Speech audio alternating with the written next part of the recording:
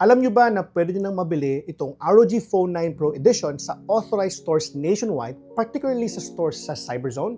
This is the fastest gaming smartphone na na-review namin sa Gadget Pilipinas. You can check out our website for our full review. Powered by Snapdragon 8 Elite at may 24 gigs RAM pa to make sure na kayang-kaya nito ang mga mobile games na nilalaro ninyo. May 185Hz refresh rate nito pero ito ang pinakamalupit. Pang malupitan ang camera nito. Here are some sample photos.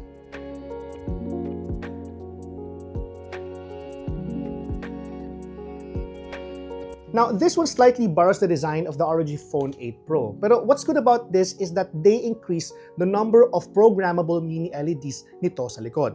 Hindi lang ito pang design or aesthetics. It also displays time, messages, or you can even play games on this Anime Vision auxiliary display. As the fastest gaming smartphone we reviewed, sobrang nag-e-enjoy kaming gamitin ito. I have been maining this smartphone for a few weeks now. This is where I play my mobile games and even watch videos. Its price may not be for everyone, pero kung ganitong kalibre ng smartphone ang hanap mo, you can never go wrong with this one.